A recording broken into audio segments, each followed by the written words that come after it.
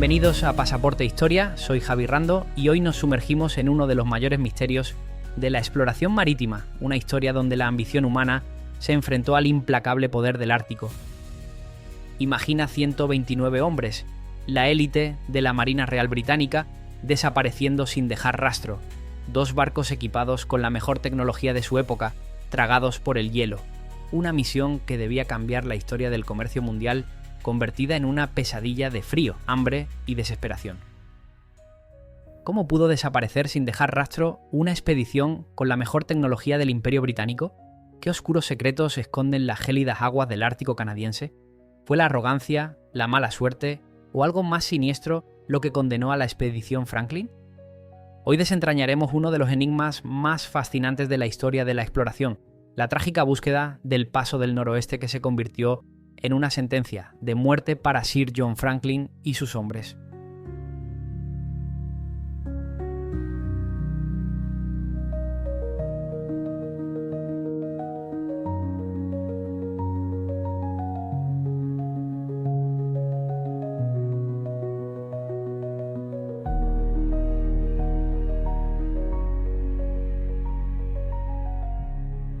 Para entender la expedición Franklin debemos comprender primero qué estaba en juego.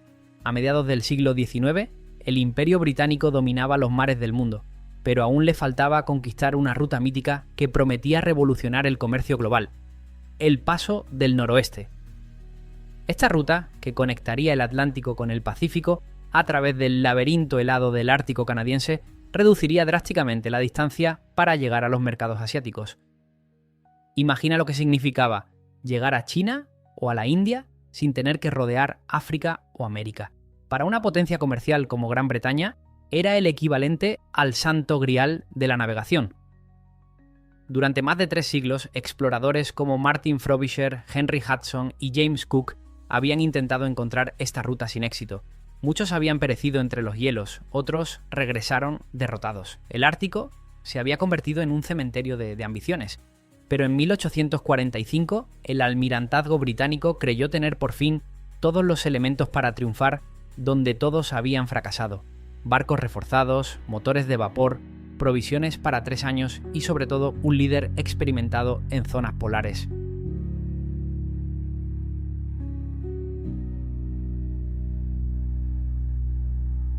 Sir John Franklin, de 59 años, era un veterano explorador ártico que ya había liderado 2 expediciones terrestres en la zona. A pesar de que su historial no era inmaculado, en una expedición anterior habían muerto 11 de sus 20 hombres, su experiencia y su posición en la jerarquía naval le valieron el mando de lo que se esperaba fuera la expedición definitiva. Encontrar el Paso del Noroeste significaría gloria eterna para Franklin y para el Imperio. El fracaso no era una opción. La Royal Navy no escatimó en recursos. Los barcos elegidos, el HMS Terror y el HMS Erebus, eran lo mejor de la flota británica para la exploración polar. Ambos habían demostrado su valía en la Antártida bajo el mando de James Clark Ross. Estos navíos fueron sometidos a una impresionante modernización. Sus cascos fueron reforzados con placas de hierro para resistir la presión del hielo. Se les instalaron motores de vapor reciclados de locomotoras ferroviarias que les permitirían avanzar incluso en condiciones de poco viento. Sus cubiertas se equiparon con sistemas de calefacción por agua caliente, una innovación revolucionaria para la época. El aprovisionamiento fue igualmente ambicioso. Más de 8.000 latas de conservas, otra novedad tecnológica de la época, garantizarían alimento fresco durante los largos inviernos árticos. Lo que nadie sabía entonces es que esas mismas latas, selladas con plomo, podrían convertirse en una fuente letal de envenenamiento. La tripulación fue seleccionada entre lo mejor de la Marina Real. Junto a Franklin iban 2 oficiales excepcionales: Francis Crozier, un experto navegante polar al mando del Terror, y James Fitzjames, un ambicioso y carismático capitán al mando del Erebus. El 19 de mayo de 1845, entre vítores y salvas de cañón, los barcos zarparon del puerto de Greenhithe, en Inglaterra. Las familias agitaban pañuelos mientras los 129 hombres partían hacia lo desconocido. Franklin escribió a su esposa Lady Jane: «No temas por nosotros, volveremos cubiertos de gloria».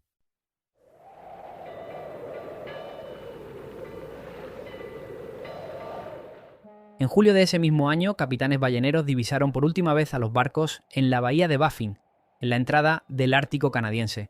Franklin y sus hombres estaban alegres y confiados. Después de ese encuentro, el HMS Terror y el HMS Erebus se desvanecieron en el hielo. Un año pasó, luego 2. En Londres crecía la preocupación. ¿Dónde estaba Franklin? ¿Habían logrado encontrar el paso? ¿Estaban atrapados o, peor aún, habían perecido? Siguiendo el consejo de Lady Jane Franklin, una mujer extraordinaria que dedicaría el resto de su vida a encontrar a su marido, el almirantazgo lanzó en 1848 las primeras misiones de rescate. Lo que siguió fue la mayor operación de búsqueda y rescate de la historia del Ártico. Más de 40 expediciones rastrearon la zona durante las décadas siguientes. Los británicos ofrecieron una recompensa de 20.000 libras, una fortuna para la época, a quien encontrara a la expedición perdida. Pero la vastedad del Ártico guardaba bien sus secretos. Millones de kilómetros cuadrados de hielo, islas desconocidas, estrechos inexplorados. Era como buscar una aguja en un pajar helado. No fue hasta 1854 cuando surgió la primera pista concreta.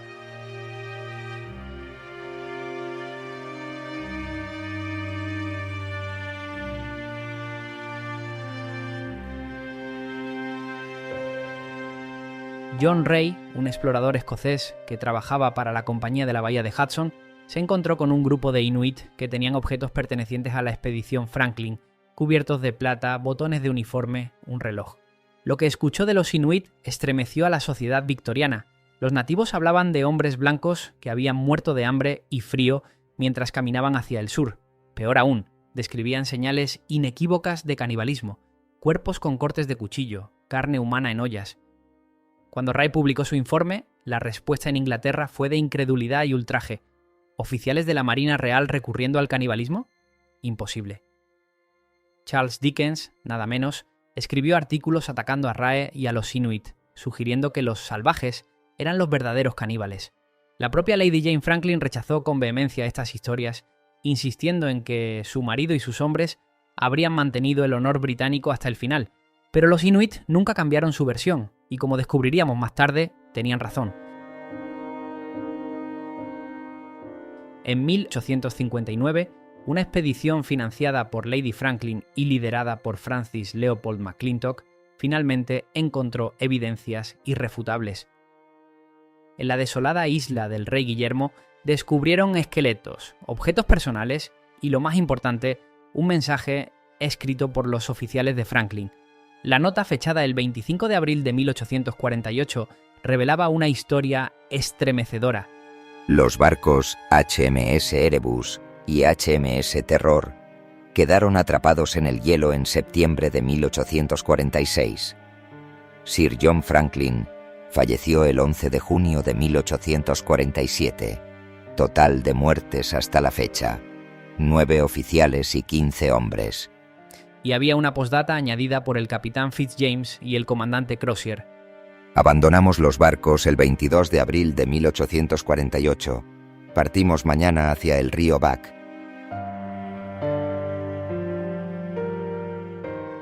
Esta nota, escrita 3 años después de la partida de Inglaterra, revelaba la secuencia de la tragedia. Los barcos habían quedado atrapados en el hielo durante 2 inviernos consecutivos. Franklin había muerto apenas un año después de zarpar, y finalmente los 105 supervivientes, liderados por Crozier, habían abandonado los barcos para intentar una desesperada marcha hacia el sur, arrastrando botes, trineos y provisiones. Ninguno llegó a su destino.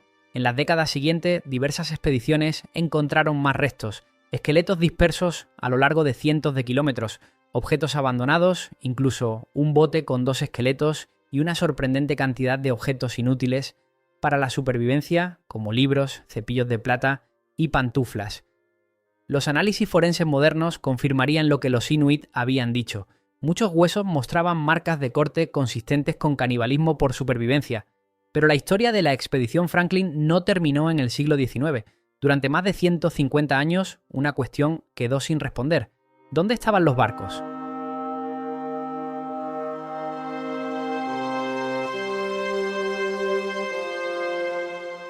La respuesta comenzó a revelarse en 2014, cuando una expedición canadiense localizó el pecio del HMS Erebus en las aguas poco profundas del estrecho de Victoria. 2 años después, en 2016, el HMS Terror fue descubierto a unos 100 kilómetros de distancia en una bahía que ahora lleva su nombre. Lo sorprendente es que ambos barcos estaban en excelente estado de conservación. Las frías aguas del Ártico habían preservado los cascos, las cubiertas e incluso los camarotes, con sus pertenencias intactas como en una cápsula del tiempo. Las inmersiones arqueológicas han revelado detalles fascinantes. En el Erebus encontraron la cabina de Franklin con mapas, instrumentos y objetos personales.